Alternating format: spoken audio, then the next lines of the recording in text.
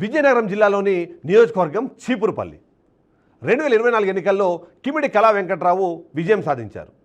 YCP అభ్యర్థి బొత్స సత్యనారాయణపై 11,971 ఓట్ల తేడాతో ఆయన గెలుపొందారు. అంతకుముందు 2019 ఎన్నికల్లో బొత్స సత్యనారాయణ టీడీపీ అభ్యర్థి కిమిడి నాగార్జునపై 26,498 ఓట్ల మెజారిటీతో విజయం సాధించారు. 2014 ఎన్నికల్లో టీడీపీ అభ్యర్థి కిమిడి మృణాలిని గెలిచారు. కాంగ్రెస్ అభ్యర్థి బొత్స సత్యనారాయణపై 20,842 ఓట్ల తేడాతో ఆమె విజయం సాధించారు. 3 పర్యాయాలు ఒకే కుటుంబానికి చెందిన ముగ్గురికి టీడీపీ అధినేత అవకాశం ఇచ్చారు.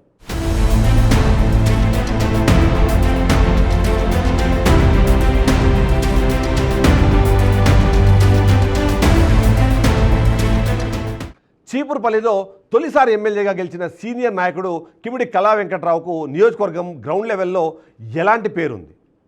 ఇక సొంత క్యాడర్లోనే ఎందుకు నిరసన ఎదురవుతోంది? నియోజకవర్గంలో ఎమ్మెల్యే కుమారుడు ఏం చేస్తున్నారు? చీపురుపల్లిలో కిమిడి కళా వెంకట్రావు బలహీనతగా ఉన్న అంశాలను ఒకసారి చూద్దాం.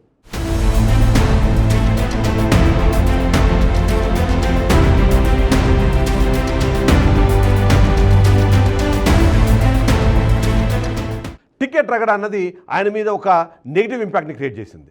క్యాడర్లో అసంతృప్తి, 5 ఏళ్లుగా పార్టీని నమ్ముకున్న కిమిడి నాగార్జునను కాదని 2024 ఎన్నికలకు 3 నెలల ముందు చీపురుపల్లిలో కళా వెంకట్రావుకు సీటు కేటాయించడంతో తెలుగు తమ్ముళ్ళు గందరగోళానికి గురయ్యారు. పార్టీ బలోపేతానికి ఎంతో కృషి చేసిన నాగార్జునకు కాకుండా కళా వెంకట్రావుకు టికెట్ ఇవ్వడంతో క్యాడరు నిరాశ నిస్పృహల మధ్య నలిగిపోయింది. ఇది పార్టీలో కొంచెం అంతర్గత పోరుకు కూడా దారితీయడము వెంకట్రావుకు నెగిటివ్గా మారింది. హామీలను పట్టించుకోవడం లేదనే ఒక నెగిటివ్ టాక్ కూడా మనకు వినిపిస్తోంది. ఎన్నికల సమయంలో ఇచ్చిన ఏ ఒక్క హామీని కూడా నెరవేర్చలేదు. ఇది నియోజకవర్గ వ్యాప్తంగా ఎమ్మెల్యేకు మైనస్గా మారుతోంది. రాజాంకు ఎమ్మెల్యే మకారు మార్చడం, చీపురుపల్లిలో కుమారుడి పత్రం ఎక్కువ అవడం కూడా ఈయనకు నెగిటివ్గా కనిపిస్తోంది. ఎమ్మెల్యే చీపురుపల్లిలో నివాసం ఉండకుండా రాజాం నియోజకవర్గంలో ఉంటూ కేవలం సమావేశాలకు మాత్రమే వచ్చి వెళ్తుండడం మైనస్గా మారింది. అంతేకాకుండా కుమారుడితోనే పరిపాలన కొనసాగిస్తున్నారనే విమర్శలు కూడా ఉన్నాయి. నియోజకవర్గ పరిపాలన, ప్రజా సమస్యలు, పార్టీ పనులన్నింటినీ తన కుమారుడికే అప్పగించారనే ఆరోపణ ఉంది. కుమారుడు షాడో ఎమ్మెల్యేగా వ్యవహరించడంతో పార్టీలో వర్గపోరుకు కారణమయ్యారని నియోజకవర్గ ప్రజలు కోడై కూస్తున్నారు. వలస నేతలకు ప్రాధాన్యత, అలాగే టీడీపీ నేతల్లో అదే అసంతృప్తికి కారణంగా కనిపిస్తోంది. చీపురుపల్లి నియోజకవర్గంలో టీడీపీలో వర్గపోరు నడుస్తోందని టీడీపీ నేతలు బహిరంగంగా విమర్శిస్తున్నారు.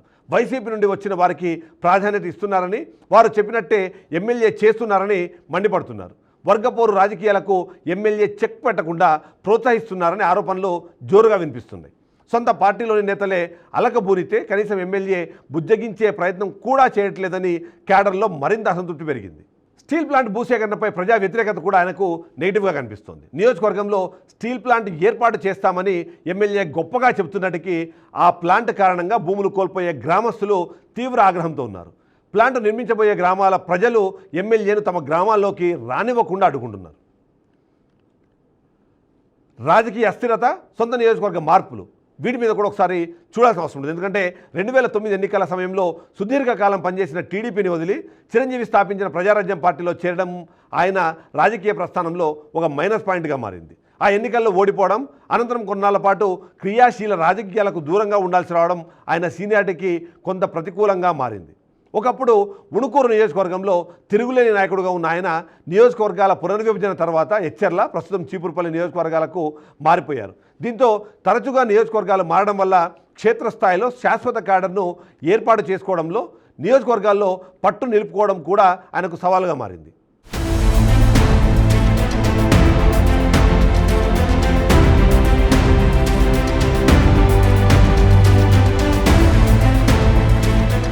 గ్రౌండ్ లెవెల్లో మేము తెలుసుకున్న ఈ అంశాలు మీకు యుద్ధానికి ముందు మోగే ఒక సైరన్ లాంటివి. ఇప్పటికైనా వచ్చే ఎన్నికల ముందు మీరు ఈ ప్రతికూల అంశాలను మార్చుకోగలిగితే, వాటిని సరిచేసుకోగలిగితే, ప్రజలకు ఇచ్చిన హామీలపై దృష్టి పెట్టగలిగితే మీరు మరొకసారి విజయం సాధించే అవకాశం ఉంటుంది. లేదంటే మీ పొలిటికల్ ఫ్యూచర్కు బ్రేకులు పడే ఛాన్స్ ఉంటుంది. కాబట్టి ఇప్పటికైనా ఎమ్మెల్యేగా గెలిచినందుకు ప్రజల కోసం పనిచేస్తారని ఆశిస్తున్నాం.